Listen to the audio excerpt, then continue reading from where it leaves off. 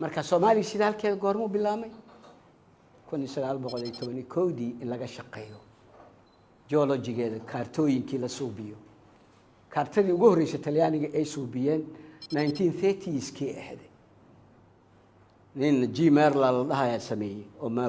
maabka geologiga Soomaaliya waqooyiga Soomaaliya maxaa laga qabtay 1911kii laga bilaabay doona sheekada idilna waxay ku dhalanaysaa waxay ka imaanaysaa meel barbare iyo sheekh u dhaxayso ayaa Ingiriiska maamulkiisu wuxuu ku maqlay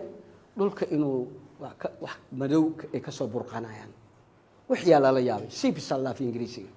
sibiskii lagu arkay oo petrol ah Ingiriiskii waxay dhaheen waxaas waa petrol niman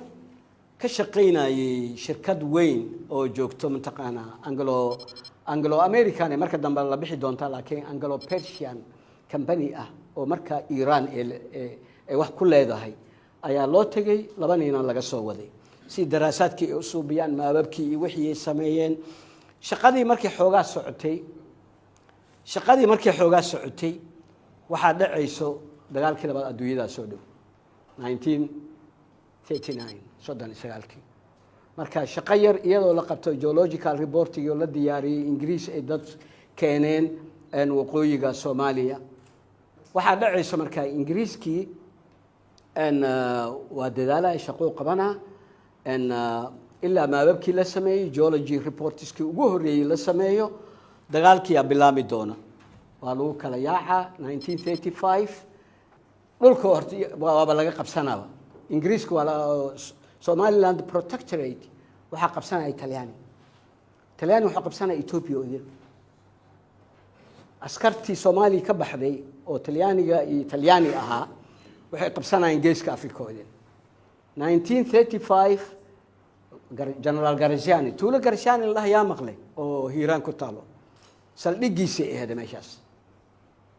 General Garziani meeshaas oo dagaalka ka qaada ciidamadiisu aruursaday meesha ka galeen Ethiopia qabsadeen Talyaani British Protectorate waa qabsadeen maxaa markaa dhacaya shaqadii socotay joogsanaysa hakad galiso shaqooyinkoodii sidoo kale 1941kii markii la gaaro Ingiriiska soo rogaal celinayo Talyaaniga dharbaaxa Talyaaniga shaqooyin badan ay ka wadeen Puntland oo waagaas la dhihi jiray Majertinia waxba yaan la soo qaadin magacyadii hore way oo maababka ku qornaan jiray oo waagaas ku qornayd way ma waxaan aan dhahay marka waxa dhacday meelihii laga qabsaday waxa kamid ah majiyahan dhurba meel la dhaho oo kool meel dahab iyo laga qodo mataqaana tin iyo platinum waa laga qabsaday oo qandala baadiyeeda ah si dhulkii odayla laga qabsanaa Talyaaniga hatta Jowhara laga qabsanaa ee xoog badan ku lahaayeen oo markaas 35tii ugu Jowhar waxa degan 1100 family oo Talyaani ah ayaa degan Jowhar waa la qabsaday marka saasay dadkii colonialka ay isu bedelayaan